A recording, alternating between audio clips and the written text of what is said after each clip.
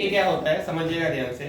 Faraday का ये विद्युत अपघटन संबंधी फैराडे का जो नियम है वो नियम कहता क्या है, जरा ध्यान दीजिएगा इस चीजों को।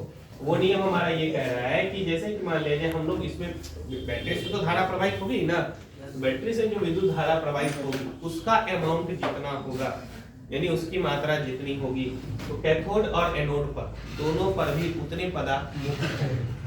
इसका मतलब ये हुआ कि यदि मान लिया जाए हम इसमें प्रवाहित विद्युत धारा को मान लेते हैं C, ठीक है, विद्युत धारा को मान लेते हैं C कि t सेकंड में जो है C विद्युत धारा प्रवाहित कर रहे हैं। t सेकंड में C विद्युत धारा हम लोग क्या कर रहे हैं उसमें से प्रवाहित कर रहे हैं। तो इस पर जो पदार्थ का जो परिमाण होगा यानी कितना पदार्थ हमको मिलेगा वह क्या होता है Ct के समानुपाती होता है। वो क्या हो जाता है Ct के समानुपाती, जहां पर C जो है वो क्या है विद्युत धारा है, C क्या है विद्युत धारा है और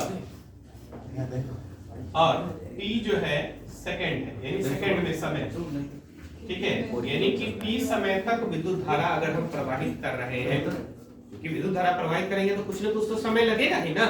तो 30 सेकंड तक जो हम विद्युत धारा प्रवाहित कर रहे हैं, ठीक है, तो उसमें से जो हमें अमाउंट मिलता है m बराबर क्या है पदार्थ की मात्रा, ठीक है, पदार्थ का परिमाण यानी कितना पदार्थ हमको मिला है उसमें विद्युत धारा प्रवाहित करने के बाद, तो वो हमारा जो आ जाएगा वो क्या कहलाएगा, वो जो आता है वो अपघटन संबंधी फैराडे का प्रथम नियम आता है। अब जरा एक चीज ध्यान दीजिएगा, जैसे ही हम ये समानुपाती का चिन्ह हटाते हैं, ये हम समानुपाती का चिन्ह हटाते हैं तो क्या लगेगा एक नियतांक या कोई कांस्टेंट हम लगाएंगे।